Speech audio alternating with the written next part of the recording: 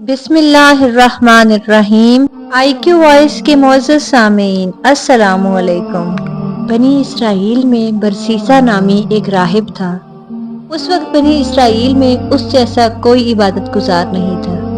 اس نے ویرانے میں ایک عبادت خانہ بنایا ہوا تھا، وہ اسی میں عبادت میں مست رہتا۔ اسے لوگوں سے کوئی غرض نہیں تھی، نہ وہ کسی سے ملتا تھا اور نہ ہی کسی کے پاس آتا جاتا۔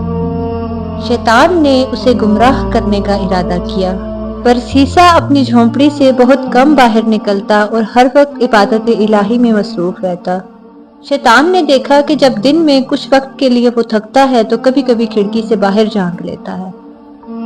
لہٰذا اس مردود نے انسانی شکل میں آ کر اس کھڑکی کے سامنے نماز کی نیت باندھ لی۔ چنانچہ برسیسا نے حسب معمول جب کھڑکی سے باہر جھانکا تو دیکھا ایک آدمی قیام کی حالت میں ہے۔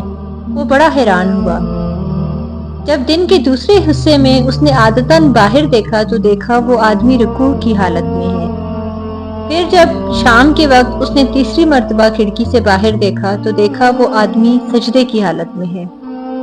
کئی دن تک اسی طرح ہوتا رہا۔ آہستہ آہستہ برسیسا کے دل میں یہ بات آنے لگی، یہ تو کوئی بہت بڑا بزرگ نیک انسان ہے جو دن رات اتنی لمبی عبادتیں کر رہا۔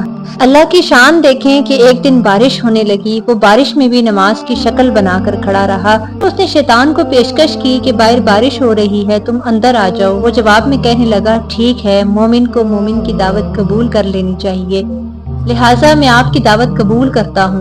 چنانچہ وہ شیطان حجرے کے اندر آ گیا اور دن رات نماز کی حالت بنا کر کھڑا رہا۔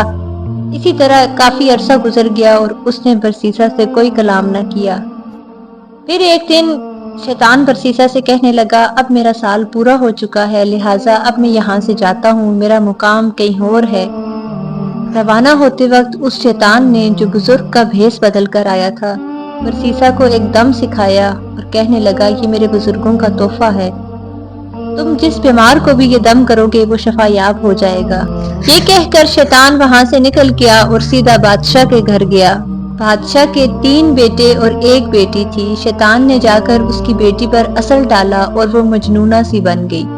وہ خوبصورت اور پڑھی لکھی لڑکی تھی، لیکن شیطان کے اثر سے اسے دورے پڑنا شروع ہو گئے۔ بادشاہ نے اس کے علاج کے لیے حکیم اور ڈاکٹر بلوائے۔ کئی دنوں تک وہ اس کا علاج کرتے رہے لیکن کوئی فائدہ نہ ہوا۔ چنانچہ شیطان نے بادشاہ کے دل میں یہ بات ڈالی کہ برسیسا نامی شخص فلاں ویرانے میں بیٹھا ہے، انتہائی عبادت گزار انسان ہے، اگر وہ بادشاہ کی بیٹی کو دم ڈالے تو بچی ٹھیک ہو جائے گی۔ بادشاہ کے آدمی برسیسا کے پاس آئے اور درخواست کرنے لگے کہ وہ بادشاہ کی بیٹی کو دم ڈال دیں۔ برسیسا نے جیسے ہی بادشاہ کی بیٹی کو دم ڈالا تو وہ بچی بالکل ٹھیک ٹھاک ہو گئی۔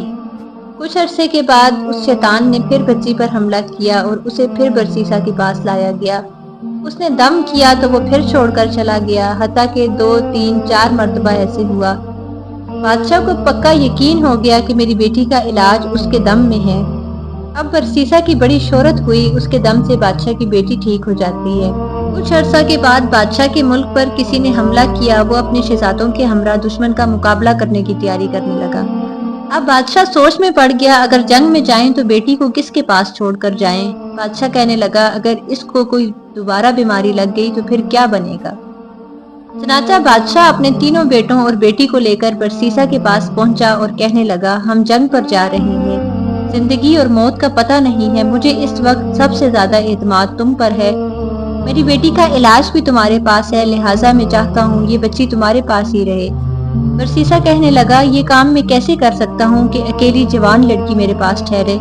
بادشاہ نے کہا، میں آپ کی اجازت سے آپ کے عبادت خانے کے سامنے ایک گھر بنوا دیتا ہوں، یہ بچی اسی گھر میں ٹھہرے گی۔ برسیسا نے یہ سن کر رضامندی ظاہر کر دی اور وہ بادشاہ بچی کو اس گھر میں چھوڑ کر جنگ پر روانہ ہو گئے۔ اب برسیسا کے دل میں بات آئی، میں اپنے لیے تو کھانا بناتا ہی ہوں، اگر بچی کا کھانا میں بنا لیا کروں تو کیا حرج ہے۔